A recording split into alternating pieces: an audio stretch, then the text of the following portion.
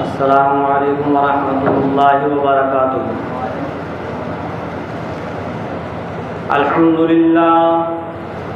अल्हम्दुलिल्लाह नहमदुहू व नस्तईनुहू व नस्तगफिरुहू व नु'मिनु बिही व नतवक्कलु अलैहि व नऊज़ु बिल्लाहि मिन शुरूरि अनफुसिना व मिन सय्यिआति अअमालिना। मन यहदिहिल्लाहु फला मुदिल्ल लहु व मन युद्लिल्हु फला हादिय लहु व नशहदु अल्ला इलाहा इल्लल्लाहु वहदहु ला शरीका लहु व नशहदु अन्ना सय्यिदना व सनदना व शफीअना व हबीबना व नबियना व मुर्शिदना व मौलाना मुहम्मदन अब्दुहु व रसूलुहु सल्लल्लाहु अलैहि व अला आलिहि व अस्हाबिहि व अज़वाजिहि व ज़ुर्रिय्यतिहि व बारक व सल्लम तस्लीमन कसीरा। अम्मा बाद, अऊज़ु बिल्लाहि मिनश शैतानिर रजीम। बिस्मिल्लाहिर रहमानिर रहीम। या अय्युहल्लज़ीना आमनू उदख़ुलू फिस्सिल्मि काफ़्फ़ा वला तत्तबिऊ खुतुवातिश शैतान इन्नहु लकुम अदुव्वुम मुबीन। सदक़ल्लाहुल अज़ीम। अल्लाहुम्मा सल्लि अला मुहम्मद व अला आलि मुहम्मद कमा सल्लैता अला इब्राहीम व अला आलि इब्राहीम इन्नका हमीदुम मजीद। अल्लाहुम्मा बारिक अला मुहम्मद व अला आलि मुहम्मद कमा बारकता अला इब्राहीम व अला आलि इब्राहीम इन्नका हमीदुम मजीद।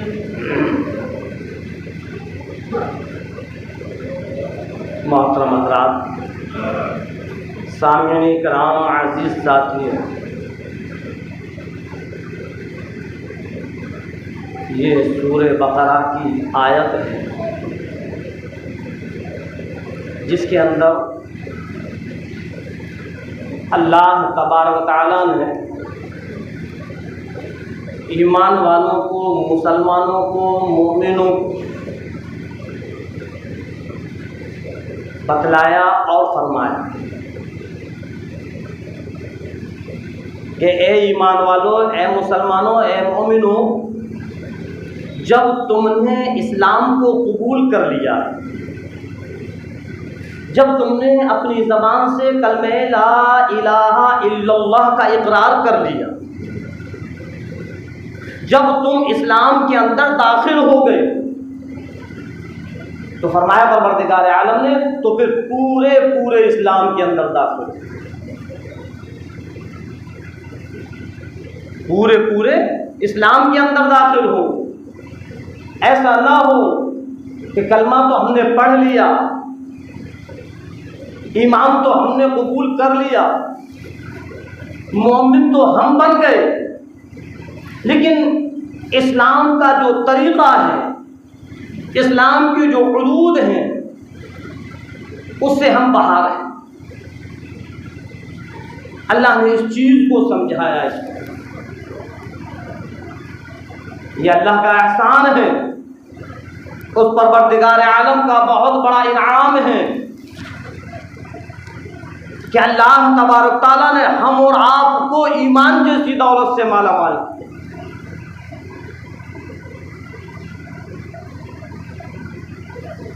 ईमान कोई छोटी मोटी चीज़ नहीं है,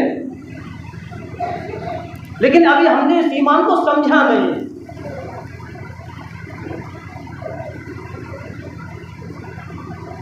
उठाकर देखें तवारीख को और सहाबा किराम के वाक़यातों को उठाकर देखें कि इस इस्लाम को कबूल करने के बाद और ईमान लाने के बाद कैसी कैसी परेशानियां और कैसी कैसी मुसीबतें और कैसी कैसी तकलीफें झेली। आज विरासत में हम लोगों को ईमान मिल गया, बाप मुसलमान, दादा मुसलमान, परदादा मुसलमान, हम भी मुसलमान, इसलिए हमको ईमान की कदर नहीं है।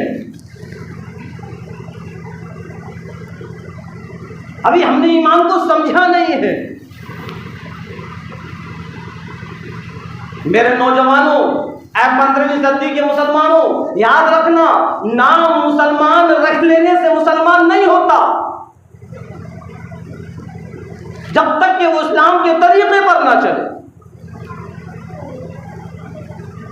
अल्लाह रब्बुल इज्जत ने इसी चीज को कुरान पाक के अंदर इस सूरह बकरा की आयत के अंदर साफ साफ फरमा दिया। ऐ लोगों, ईमान वालों, मुसलमानों, मोमिनों, परवरदिगार आलम का फरमान है, कुरान का ऐलान है, जो सारी की सारी कायनात का रब, इरशाद फरमाया परवरदिगार आलम ने, या अय्युहल्लज़ीना आमनू, ऐ ईमान वालों, ऐ मुसलमानों, ऐ मोमिनों, चाहे वो गांव देहात का रहने वाला हो, चाहे वो शहर का रहने वाला हो, जंगलात के अंदर रहने वाला हो, आबादी के अंदर रहने वाला हो, किसी भी मुल्क में रहने वाला हो, सारे के सारे ईमान वालों को परवरदिगार आलम ने फरमाया, या अय्युहल्लज़ीना आमनू, ऐ ईमान वालों, ऐ उलमाए किराम, ऐ हुफ़्फ़ाज़े किराम, या अय्युहल्लज़ीना आमनू, ऐ बड़े बड़े बादशाह, तवंगरों, वज़ीरों, जजों, हाकिमों, चौधरियों, या अय्युहल्लज़ीना आमनू, ऐ गुर्बत में जिंदगी गुजारने वालों, अमीरी में जिंदगी गुजारने वालों, सारी के सारे इंसानों में जितने भी ईमान वाले हैं, चाहे वो हाफिज़ कुरान हो, चाहे वो उलमाए किराम हो, चाहे वो मुफ्तियान निज़ाम हो, चाहे डॉक्टर हो, इंजीनियर हो, जज हो, वकील हो, चाहे बादशाह क्यों ना हो, सारे के सारे ईमान वालों को परवरदिगार आलम ने फरमाया, उदखुलू बिस्सिल्मी काफ़ा, जब तुमने इस्लाम को कबूल कर लिया तो अब पूरे के पूरे इस्लाम के अंदर दाखिल हो जाओ, नबी के फरमान पर आ जाओ, अल्लाह के अहकाम पर चलने लगो। पूरे के पूरे इस्लाम में दाखिल होने का मतलब क्या है? अल्लाह रब्बुल इज्जत ने जिन चीज़ों को करने का हुक्म दिया हम उसको करते रहें, और जिन चीज़ों से रोकने के लिए कहा हम अपने आप को उन चीज़ों से रोक लें। सरकार दो आलम सल्लल्लाहु अलैहि वसल्लम ने जिन चीज़ों को करने का हुक्म दिया हम उनको करते रहें, नबी के तरीक़े को अपनी ज़िंदगी में ले आए, और हर वो काम जो अल्लाह के रसूल इमामुल अंबिया, महबूबे किबरिया, सरवरे कौनैन सल्लल्लाहु अलैहि वसल्लम की नाराज़गी का सबब है, हम उस काम को छोड़ दें जो अल्लाह की नाराज़गी का सबब है, अल्लाह के रसूल सरकार दो आलम सल्लल्लाहु अलैहि वसल्लम की नाराज़गी का सबब है। हम हर ऐसे काम को छोड़ दें और हर उस काम को करें जिसके लिए शरीयत इजाज़त देती है, जिसके लिए कुरान करीम इजाज़त देता है, जिसके लिए अहादीस पाक इजाज़त देती है। पूरे के पूरे इस्लाम के अंदर दाखिल होने का मतलब ये है कि हमारे तौर तरीक़, हमारे आदत व अखलाक, हमारा किरदार, हमारा मुआशरा, हमारे कारोबार, ये सब इस्लाम के तरीक़े पर ऐसा ना हो कि बस मुसलमान हम बन गए, हम ईमान के ठेकेदार बन गए। अब हमने समझ लिया हम तो मुसलमान हैं, जन्नत हमारी। फरमाया कि जन्नत किसी के बाप की जागीर नहीं, जो अल्लाह का फरमा बरदार होगा, जो नबी के फरमान पर चलने वाला होगा, जिसकी ज़िंदगी में नबी करीम सल्लल्लाहु अलैहि वसल्लम का तरीक़ा होगा, उसके लिए जन्नत है। हाँ, हम अल्लाह की नाफरमानियाँ करते रहें, अल्लाह के हुक्मों को तोड़ते रहें, हम हर उस काम को करें जिससे अल्लाह नाराज़ हो जाए और फिर हम जन्नत के तलबगार बनते रहें? नहीं, ऐसे काम करो जिससे अल्लाह खुश हो जाए, अल्लाह का रसूल खुश हो जाए। जब अल्लाह और उसका रसूल दोनों के दोनों खुश हो जाएंगे तो जन्नत तो खुद ब खुद मिल जाएगी। मेरे मुसलमानों, मेरे नौजवान साथियों, कदर करो इस ईमान की जो अल्लाह ने इस ईमान को हमको दिया है, जिस ईमान से अल्लाह ने हमको नवाजा है। वरना इस ईमान को लाने में बड़ी बड़ी तकलीफ़ें झेली, बड़ी बड़ी परेशानियां सामने आई हैं। जब ये ईमान हम तक पहुंचा है, सहाबा कराम ने जब ईमान को कबूल किया, किसी को गर्म तपती हुई रेत पर लिटाला जा रहा है तो किसी की पीठ पर आग के शोलों को डाला जा रहा है। हज़रत खब्बाब रज़ी अल्लाह ताला जब उनसे पूछा कि ए खब्बाब, ईमान लाने के बाद आपको कौन सी तकलीफ़ों से निकलना पड़ा, कैसी परेशानियां सामने आई? खुदा की कसम, हज़रत खब्बाब रज़ी अल्लाह ताला अन्हु ने अपना कुर्ता मुबारक ऊपर कर दिया, कमर पर गोश्त नाम की कोई चीज़ नहीं थी, और ये फरमाया कि मेरे खून और चर्बी से आग बुझा करती,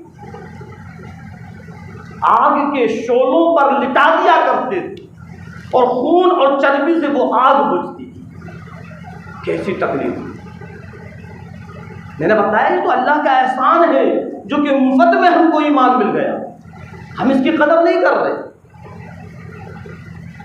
फरमाया परवरदिगार आलम ने या अय्युहल्लज़ीना आमनू दुखुलू फिस्सिल्मी काफ़ा, कि इस्लाम के अंदर पूरे दाखिल हो जाओ।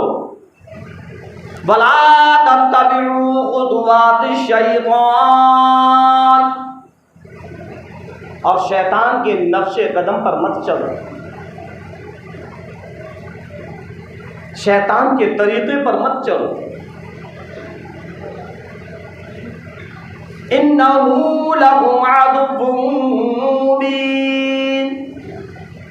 अल्लाह रब्बुल इज़्ज़त कितने अच्छे अंदाज में अपने बंदों को समझा रहा है कि देखो, शैतान के नक्शे कदम पर मत चलना, हर उस काम को छोड़ देना जो शैतान के काम है, हर उस अमल को छोड़ देना जो शैतानी अमल है, हर उस चीज़ को छोड़ देना जिसमें शैतानियत भरी हुई है, हर उस फ़िल पे रुक जाना जिस पर शैतान खुश होता है। कितने अच्छे अंदाज में अल्लाह अपने बंदों को समझा रहा है। वला तत्तबिउ खुतुवातिश शैतान, ऐ मेरे बंदो, शैतान के नक्शे कदम पर मत चलना। इन्नहू लकुम अदुव्वुम मुबीन, बेशक वो तो तुम्हारे लिए खुला हुआ दुश्मन है, वो तो हर उस काम को करवाएगा जिससे अल्लाह नाराज, अल्लाह के रसूल इमामुल अंबिया महबूब किबरिया सरकार दो आलम सल्लल्लाहु अलैहि वसल्लम नाराज। अब हम अपनी ज़िंदगियों को कंट्रोल करते हैं। यहाँ तक तो आयत करीमा की तफसीर को मैंने सामने रखा कि इस आयत के अंदर अल्लाह क्या कह रहा है। तो अल्लाह ने दो चीज़ों को बयान किया। पहली चीज़ बयान की, इस्लाम के अंदर पूरे दाखिल हो जाओ, और दूसरी चीज़ बयान की कि हर उस काम को छोड़ दो जो शैतानी काम है हर उस अमल को छोड़ दो जिससे शैतान खुश होता है, हर उस फ़िल को छोड़ दो जिससे अल्लाह और उसके नाराज़गी का सबब है। अब हम अपनी ज़िंदगियों को टटोलें, कोई किसी पर नज़र ना डाले, कोई किसी की तरफ ना देखें कि वो यूं करता है, वो ये करता है, वो ऐसा है, वो वैसा है। हम खुद अपनी ज़िंदगी के अंदर ढूंढें, हम अपनी ज़िंदगी के अंदर जो हमारे अमाल हैं, जो हमारे काम हैं, जो हम दिनों रात में करते हैं, ज़रा उसमें देखें कि हम शैतानी काम कितने करते हैं। कौन से ऐसे काम हैं जिससे अल्लाह नाराज़ हो जाता है, अल्लाह का रसूल नाराज़ हो जाता है, और कितने काम ऐसे हैं जिससे अल्लाह भी खुश होता है और अल्लाह का नबी भी खुश होता है। देखें, और अगर हमारे अंदर ऐसे काम, ऐसे अमल मौजूद हैं जो शैतानी अमल हैं, अल्लाह की नाराज़गी के अमल हैं, तो आज से तौबा करें और अल्लाह से कहें, अल्लाह इंशाअल्लाह अब हर अमल, उस अमल को छोड़ दिया जाएगा जो तेरी नाराज़गी का सबब है। कहो इंशाअल्लाह आमीन। हाँ, कुरान कह रहा है कि तुम मुसलमान हो, तुम ईमान वाले हो, तो ईमान वाले बनकर रहो। आज बड़ी आसानी से हम कह देते हैं कि हम परेशान हैं, परेशानियों का अंबार हम पर आ गया है, तरह तरह की मुसीबतों का सामना करना पड़ रहा है। कभी हमने ये सोचा कि आखिर क्यों ये परेशानियां क्यों आ रही हैं और ये मुसीबतें क्यों आ रही हैं? ऐसी लाइलाज बीमारियां जिनका कोई इलाज नहीं है, आखिर क्यों? कभी नहीं सोचा। ये हमारी बदआमालियों की वजह से, अल्लाह की नाफरमानियों की वजह से, अल्लाह के रसूल सरकार दो आलम सल्लल्लाहु अलैहि वसल्लम की नाफरमानियों की वजह से हम अल्लाह के रसूल सरकार दो आलम सल्लल्लाहु अलैहि वसल्लम के तरीक़े के मुताबिक अपनी ज़िंदगियों को गुजारना शुरू कर दें, अल्लाह के अहकाम को अपनी ज़िंदगी में ले आए, खुदा की कसम सारी परेशानियां ख़त्म हो जाएंगी। अंदाज़ा लगाओ ये लोगों, ईमान वालों, मुसलमानों, मोमिनों, जब हम और आप बीमार पड़ जाते हैं, न मालूम कौन कौन से डॉक्टरों के पास जाते हैं, कौन कौन से हकीमों के पास जाते हैं, हज़ारों किस्म की दवाएं कराते हैं, हज़ारों किस्म का इलाज कराते हैं। जब डॉक्टर जवाब देते हैं, अल्लाह की तरफ मुतवज्जा हो जाते हैं, ए अल्लाह अब तेरे अलावा कोई नहीं, तू मेरी बीमारी को दूर कर दे। मेरे मोहतरम बुजुर्गों, दोस्तों, आज़ीज़ साथियों, जो डॉक्टर ने जब जवाब दे दिया, जब हम अल्लाह की तरफ मुतवज्जे हुए, जैसे ही हम बीमार पड़े तो शुरू में हम अल्लाह की तरफ मुतवज्जे क्यों नहीं हुए?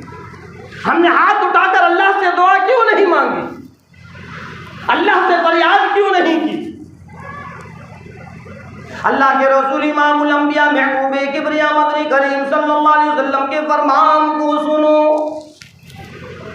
जो मेरे नबी, तेरे नबी, सारी की सारी कायनात के नबी, नबियों के नबी, वलियों के नबी, खुतबादारों के नबी, पैगंबरों के नबी, रसूलों के नबी, इमामुल अंबिया महबूबे किबरिया सरवर कौनैन सल्लल्लाहु अलैहि वसल्लम का फरमान है। क्या फरमान है? आओ नबी के फरमान को सुनो। जो हम और आप बीमार पड़ जाते हैं, दवा करा करा कर थक जाते हैं, हमको दवाओं से आराम नहीं मिलता, डॉक्टर पर डॉक्टर बदल रहे हैं, आमदनी कम है, कहां से लाएं इतना रुपया जिससे कि बीमारी का इलाज हो? अल्लाह के रसूल इमामुल अंबिया महबूबे किबरिया सरवर कौनैन सल्लल्लाहु अलैहि वसल्लम ने फरमाया, सिर्फ एक काम कर लो, सारी की सारी बीमारी खत्म हो जाएगी। हमने कभी सोचा ही नहीं कि लाओ किसी आलिम से पूछें, किसी इमाम से पूछें, अल्लाह के रसूल सरकार दो आलम सल्लल्लाहु अलैहि वसल्लम के फरमान को सुने, कौन सा वो काम है? फरमाया मदनी करीम सल्लल्लाहु अलैहि वसल्लम ने कि अपना इलाज सदक़े से करो। क्या फरमाया? जब तुम बीमार पड़ जाओ सबसे पहले तुम अपनी बीमारी का सदका निकाल दो, अल्लाह से दुआ करो, अल्लाह मैं अपनी बीमारी का सदका दे रहा हूँ, खुदा की कसम वो बीमारी खत्म हो जाएगी, वो बीमारी दूर हो जाएगी, ये मेरा ईमान है। अल्लाह के रसूल सरकार दो आलम सल्लल्लाहु अलैहि वसल्लम के फरमान पर हमारा ईमान है या नहीं? तो फिर हम अपनी बीमारियों का सदका क्यों नहीं निकालते? पहले सदका निकालो, फिर डॉक्टरों के पास जाओ। पहले सदका निकालो, फिर डॉक्टरों के पास जाओ। हम क्या करते हैं? जैसे हम बीमार पड़े पहले डॉक्टरों के पास जाते हैं, दवाओं पर दवा कराते हैं, और ये नबी का फरमान हमारे जहन में भी नहीं रहता। और जब दवा कराकर थक जाते हैं, पैसा खत्म हो जाता है, डॉक्टर जवाब दे देता है, तब हम अल्लाह की तरफ मुतवज्जे होते हैं। अल्लाह के रसूल सरकार दो आलम सल्लल्लाहु अलैहि वसल्लम ने फरमाया कि ऐ लोगों, अपना इलाज सदक़े से करो। सदका बड़ी से बड़ी बीमारियों को ख़त्म कर देता है। नबी फरमा रहे हैं, मैं नहीं कह रहा है। सदका बड़ी से बड़ी बीमारियों को ख़त्म कर देता है। हाँ, तो मैं बतला रहा था कि हम हर वो काम करें जिसमें अल्लाह भी खुश हो, अल्लाह का रसूल भी खुश हो, और हर उस काम को छोड़ दें जो अल्लाह की नाराज़गी का सबब हो। अल्लाह के रसूल सरकार दो आलम सल्लल्लाहु अलैहि वसल्लम की नाराज़गी का सबब। हर इंसान सिर्फ एक ही बात कहता है कि हम परेशान हैं, हम परेशान हैं, अल्लाह की मदद नहीं आती, क्या करें? लेकिन कभी हमने ये सोचा कि अल्लाह की मदद कैसे आती है? कुरान करीम की आयत पाक को उठाकर देखो, अल्लाह रब्बुल इज्जत ने साफ साफ फरमा दिया, या अय्युहल्लज़ीना आमनू इस्तईनू बिस्सब्रि वस्सलाह इन्नल्लाहा मअस्साबिरीन। अल्लाह रब्बुल इज्जत फरमा रहा है कि अगर तुम अल्लाह की मदद चाहते हो तो अल्लाह की मदद दो सब्र और नमाज के साथ, सारी परेशानियां खत्म हो जाएंगी। अगर हम नमाज की पाबंदी कर दें, या अय्युहल्लज़ीना आमनू इस्तईनू बिस्सब्रि वस्सलाह इन्नल्लाहा मअस्साबिरीन। अल्लाह ने फरमाया, ईमान वालों, नमाज और सब्र के साथ अल्लाह की मदद हासिल करो। तो पता ये चला कि जब हम नमाज पढ़ेंगे तब अल्लाह की मदद आएगी। आज हमने नमाज को तो बिल्कुल ही ख़त्म कर दिया। अज़ान की आवाज़ हम सुनते हैं और सुनी अनसुनी कर देते हैं। दुकान पर बैठे हुए हैं और अज़ान भी हमने सुन ली, लेकिन उसके बावजूद भी हम उठकर मस्जिदों की तरफ नहीं आते। कैसे अल्लाह की मदद आए? जब हम अल्लाह के हुक्मों को पूरा नहीं करेंगे तो अल्लाह तो नाराज रहेगा, और जब अल्लाह नाराज होगा तो फिर अल्लाह की मदद कैसे आएगी? कैसे परेशानियां खत्म होंगी? कैसे दुख बीमारियां खत्म होंगी? साहबा इकराम की आदत शरीफा थी कि जब भी कोई परेशानी आया करती थी नमाज के ज़रिए वो परेशानियों को ख़त्म करवा लिया करते। जब भी कोई बीमार पड़ा करता था, नमाज पढ़कर अल्लाह से दुआ किया करते थे, बीमारी सही हो जाया करती थी। अल्लाह के रसूल इमामुल अंबिया महबूब किबरिया सरवर कौनैन सल्लल्लाहु अलैहि वसल्लम आ रहे हैं। हज़रत अबू हुरैरा रज़ी अल्लाह तआला लेटे हुए हैं। फ़ौरन आप सल्लल्लाहु अलैहि वसल्लम ने फरमाया कि ए अबू हुरैरा क्या बात है, क्यों लेटे हुए हो? हज़रत अबू हुरैरा रज़ी अल्लाह तआला कहने लगे, ए अल्लाह के नबी मेरे पेट में दर्द है। तो आपने ये नहीं फरमाया कि उठो और डॉक्टर से दवा लेकर आओ, उठो फलाने हकीम के पास जाओ और दवा लेकर आओ, ये नहीं कहा। हदीस पाक को टटोल कर देखें। आपने फरमाया कि अबू हुरैरा उठ, नमाज पढ़, नमाज में शिफा है। समझ में आई? अल्लाह के रसूल इमामुल अंबिया महबूब किबरिया मदनी करीम सल्लल्लाहु अलैहि वसल्लम आ रहे हैं। अबू हुरैरा लेटे हुए हैं। फौरन मदनी करीम सल्लल्लाहु अलैहि वसल्लम ने फरमाया, ए अबू हुरैरा क्या बात है? ए अल्लाह के नबी पेट में दर्द है। ए अबू हुरैरा उठ, नमाज पढ़ो, नमाज में शिफा है। और आज अगर हमारे पेट में दर्द हो जाए, हमारे सर में दर्द हो जाए, बदन में ज़रा सा आलकस क्या आ जाए, हम नमाज को ख़त्म कर दें। होता है नमाज के अंदर जो एक सूरत पढ़ी जाती है जिसका नाम सूरे फातिहा है, अल्हम्दुलिल्लाहि रब्बिल आलमीन अर्रहमान अर्रहीम मालिकी यौमिद्दीन इय्याका नअबुदु व इय्याका नस्तईन इहदिनस सिरातल मुस्तकीम सिरातल लज़ीना अनअमता अलैहिम गैरिल मग़दूबि अलैहिम वलद्दाल्लीन। ये नमाज में हर रकात में पढ़ी जाती है। जानते हो इसकी फजीलत क्या है? इस सूरत का नाम सूरे शिफा भी है। इस सूरत का नाम सूरे शिफा भी है, जो कि हर चीज में शिफा दे देती है।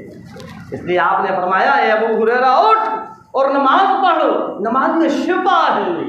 तो याद रखना मेरे नौजवान साथियों, याद रखना कभी भी बदन में आलकस आ जाए या कहीं भी दर्द हो जाए या सर चकराने लगे, सर दर्द करने लगे, नमाज को मत छोड़ना। अरे यही तो नमाज है जो तुम्हारे सर के दर्द को दूर कर देगी, यही तो नमाज है जो तुम्हारे पेट के दर्द को दूर कर देगी, यही तो नमाज है जो तुम्हारे बदन के दर्द को दूर कर देगी। और आज हम उसी नमाज को छोड़े हुए हैं। सहाबा इकराम नमाज नहीं छोड़ते। अगर एक वक्त की भी नमाज कज़ा हो जाती, चीखें निकल जाया करती थी कि अल्लाह ये मेरी नमाज कज़ा कैसे हो। और आज अल्हम्दुलिल्लाह पांचों वक्त की नमाज क्या पूरे हफ्ते भी की नमाज भी निकल जाए तो हमें एहसास तक नहीं होता। क्यों? इसलिए कि आदत ही नहीं है नमाज पढ़ने की। मुसलमान बने हुए हैं लेकिन नबी के फरमान पर अमल नहीं करते। मुसलमान बने हुए हैं, अल्लाह के हुक्म पर अमल नहीं कर रहे। क्या फायदा है ऐसे मुसलमान से, और क्या फायदा है ऐसे इस्लाम से, और क्या फायदा है ऐसे ईमान से जो कि नबी का भी नाफरमान हो और अल्लाह का भी नाफरमान हो। मैंने बतलाया सिर्फ नाम रख लेने से मुसलमान नहीं होता, गोश्त खाने से मुसलमान नहीं होता, मुसलमान के घर में पैदा हो जाने से मुसलमान नहीं होता। जब तक कि वो अल्लाह का फर्मा बरदार ना हो, अल्लाह के नबी का फर्मा बरदार ना हो, जब तक कि हमारी जिंदगी में नबी के तरीके ना हो तो हमारे ईमान से कोई फायदा नहीं। आज बड़े शर्म की बात है, बड़े अफसोस की बात है, बड़ी जलालत की बात है कि बड़ी आसानी से हम नमाजों को छोड़ देते हैं। एक 5 वक्त की नमाज हमसे अदा नहीं होती। अल्लाह के रसूल इमामुल अंबिया महबूब किबरिया मदनी करीम सल्लल्लाहु अलैहि वसल्लम की ज़ात-ए-अक़दस से उठाकर देखो अहादीस पाक को, नबी करीम सल्लल्लाहु अलैहि वसल्लम के हालात जिंदगी को।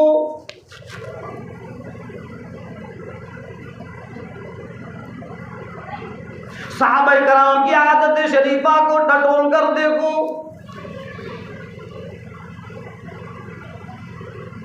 कभी भी किसी भी हाल में भी नमाज को नहीं छोड़ते थे, और अगर किसी वजह से नमाज कज़ा हो जाती थी तो ऐसी फिक्र होती थी, ऐसी बेचैनी होती थी, जब तक वो उस नमाज को अदा ना कर ले सुकून नहीं मिलता।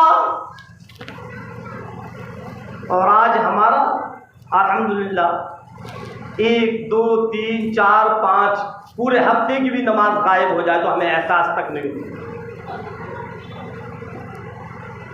नमाज के बारे में सरकार दो आलम सल्लल्लाहु अलैहि वसल्लम ने फरमाया, ऐ लोगों जानते हो क्या फरमाया? अस्सलातु मिफ्ताहुल जन्ना, नमाज जन्नत की कुंजी है। हाँ, अस्सलातु मिअराजुल मोमिनीन, नमाज मोमिनों की मिअराज है। आपने फरमाया कि नमाज दीन का सुतून है।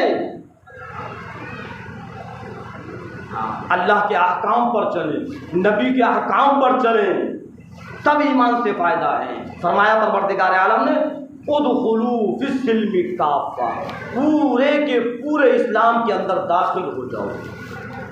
और जब हम पूरे के पूरे इस्लाम के अंदर दाखिल होंगे तो फिर हमारी नमाजें नहीं छूटेंगी।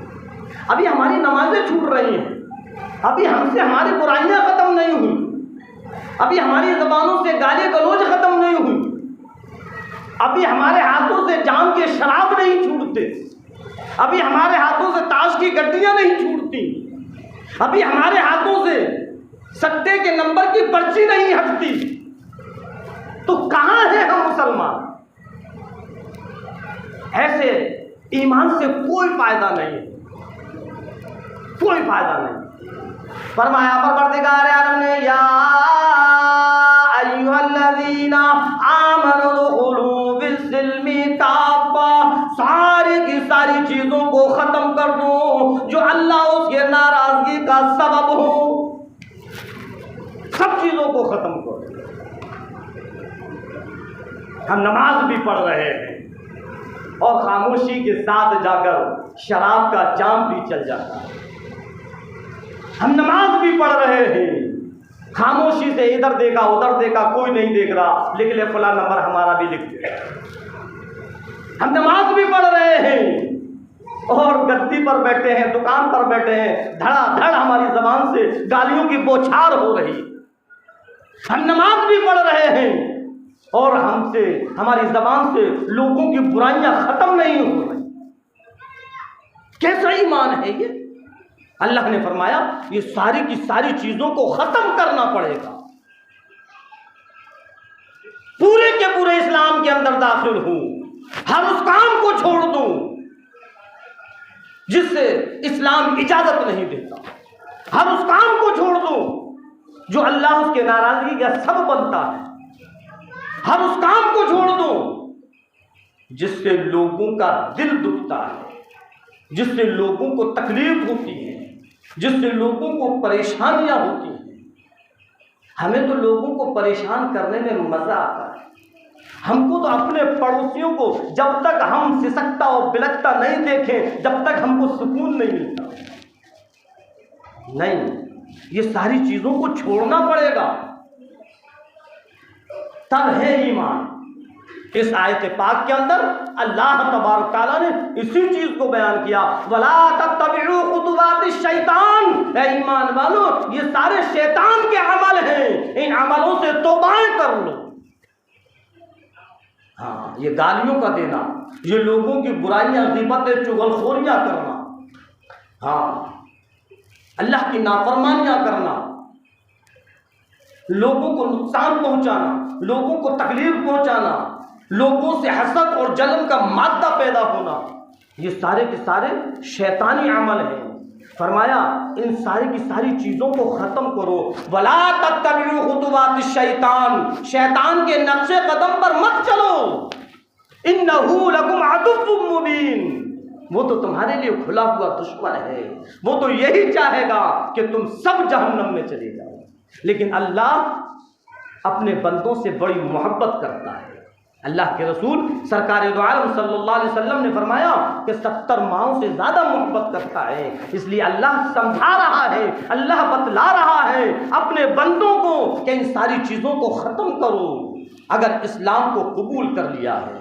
अल्लाह रब्बुल इज़्ज़त हम सबको कहने और सुनने ज़्यादा अमल करने की तौफीक अता फरमाए। वमा अलैना इल्लल